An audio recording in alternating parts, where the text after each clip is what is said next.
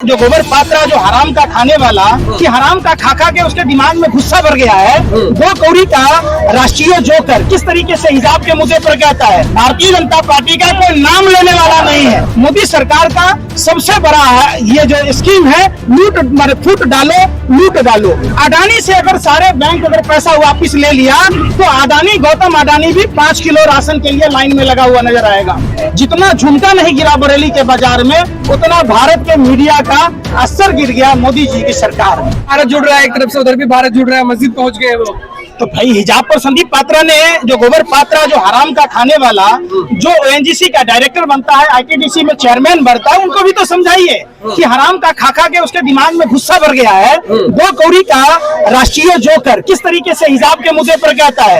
हिजाब तो माँ बहन बेटियों के लिए ही बना है ना। मोहन भागवत का मस्जिद जाना आप इसकी जीत मान रहे हैं इस भारत? बिल्कुल निश्चित तौर पर तिरंगे की भी जीत कि मोहन भागवत जैसे आरएसएस के तमाम नेताओं को अपने डीपी पर तिरंगा लगाने को मजबूर कर दिया और फिर एक बार ये साबित कर दिया कि मोहन भागवत जैसे आरएसएस के जो नेता हैं, कदावर नेता जो लगातार नफरती जहर उगलते रहे हैं, उनको भी मस्जिद में घुटने टेकने पर मजबूर कर दिया। आखिर यही तो भारत जोड़ो यात्रा का मकसद है। आपने भीड़ की बात की, लाखों लोग यहाँ पर भीड़ में नजर आ रहे हैं, लेकिन जिस तरीके से उत्तर प्रदेश में चुनाव था, प्रियंका गांधी की रैली में भीड़ नजर आती थी, लेकिन वोट में तब्दील नहीं हुई।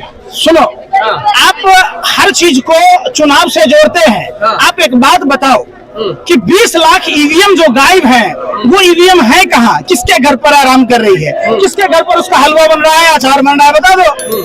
देखिए ये भीड़ ये दर्शाती है कि भारतीय जनता पार्टी का कोई नाम लेने वाला नहीं है। आपने तेजस्वी यादव जी की रैली में देखा होगा, आपने अखिलेश यादव जी की रैली में देखा होगा, आपने जयंत चौधरी जी की रैली में देखा होगा। तो यही बात तो सोचने को मजबूर करती है कि जब इनके पास भीड़ नहीं है, ये कोई किराए की भीड़ नहीं है।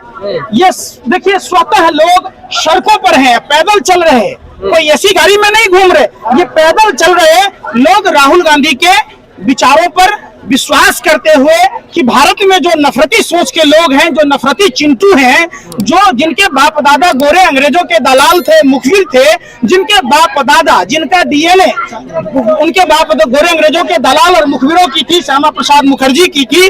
जब राष्ट्रपिता महात्मा गांधी ने भारत जोड़ो माने छोड़ो आंदोलन किया था, तब श्यामा प्रसाद मुखर्जी ने गोरे अंग्रेजों को चिट्ठी लिखी थी। आज उनके ही डीएनए वाले लोग भारत जोड़ो यात्रा का मजाक बनाते हैं और आप देखे होंगे कि भाजपा आरएसएस के लोग तमाम तरह की कोशिशें कर रहे हैं इस यात्रा को विफल करने की। वो जितना कोशिश करेंगे लोग उतना अपने घर और मकानों से निकलकर इन भाजपा आरएसएस के बेईमानों से लड़ेंगे और भारत जोड़ो यात्रा में सहयोग करेंगे। बेईमान कौन है? बेईमान कौन है आपको नहीं पता है? अरे कौन है? पत्रकार हो ना भाई, रोटी नहीं खाते हो आप? आपको नहीं दिखता है बेईमानी कि जब अडानी के पोर्ट पर बार बार ड्रग्स पकड़ा जाता है और सरकार की चुप्पी होती है, जब अडानी बार बार देश के बैंकों का, देश के गरीब जनता के टैक्स के पैसों का जमा किया हुआ पैसा बैंकों से लोन लेकर लूटता है, मोदी सरकार का सबसे बड़ा ये जो स्कीम है लूट फूट डालो लूट डालो। तो क्या आपको नहीं दिख रहा कि अडानी कैसे अमीर हो गया? अडानी से अगर सारे बैंक अगर पैसा वापिस ले लिया तो गौतम अडानी भी 5 किलो राशन के लिए लाइन में लगा हुआ नजर आएगा। बताओ वो किसके इशारे पर बैंक में दिया गया? भैया आपको नहीं लगता जिस तरह गुजरात में चुनाव है और आप जो है बीजेपी जो है 24 की तैयारी कर रही है, आप ये यात्रा? भैया बीजेपी के लिए चुनाव अहम है, यहाँ देश अहम है, फर्क है ना। देश बचा भी तभी रखेंगे जब आप सत्ता में होंगे। अरे भैया सत्ता तो सुन नहीं रहे, सत्ता आएगी और जाएगी जब देश में आम जनता के बीच में जाति धर्म और भाषा के नाम पर कटुता फैलेगी, जहर जो बोया जा रहा है भाजपा आरएसएस के द्वारा, जब ये प्रफुल्लित होगा तो समाज उस दंश को आज भी झेल रहा है, तो उसको नष्ट करना, समझिए, तो नष्ट करना जरूरी है। इसलिए नष्ट करने के लिए ये तमाम लोग जो देख रहे हैं ये स्वतः आए हुए हैं, हमसे नहीं पूछिए, आप एक एक लोगों से पूछिए, 1% भी इसमें से निगेटिव नहीं निकलेगा। ये लोग पूछिए किराए पर आए हैं कि स्वतः आए हैं, आपको पता चल जाएगा। आप उनके रैलियों की भीड़ देखिए, जहां एसी बसों में लाया जाता है कि राशन कार्ड बना देंगे तो वृद्धा पेंशन देंगे, इसमें तो वृद्धा पेंशन और राशन कार्ड नहीं बन रही। भीड़ अगर इतनी ज्यादा है तो पिछली बार चुनाव में 20 सीट लगी थी कांग्रेस की, यही कह रहे हैं यार। मैं क्या कह रहा हूँ, पूरी लोगों ने भारतीय जनता पार्टी का जो नारा था 2014 से पहले, जब आप उस पर ध्यान देखेंगे तो प्रधानमंत्री कहते हैं भाइयों बहनों मित्रों, अमेरिका और ब्रिटेन के लोग लाइन में लगाएंगे वीजा के लिए। मालूम हुआ कि यह नौकरी के लिए लाइन लग रहा है। लोग, प्रधानमंत्री का पद एक अहम पद होता है। जब ये विपक्ष में थे तो लोग इतना में बोला इन्होंने कि लोगों को लगा कि भाई ऐसा प्रधानमंत्री आ रहा है जो कुछ न कुछ करेगा। आपको मालूम होगा जनधन खाते के समय में कि लोगों ने बड़ी उम्मीद से जनधन खाते खुलाए थे कि लोगों को लगा कि कुछ न कुछ प्रधानमंत्री जी खाता में डालेंगे।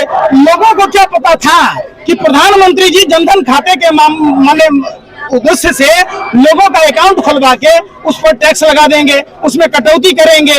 तो ये चीजें लोगों ने अपने आप को ठगा हुआ महसूस किया।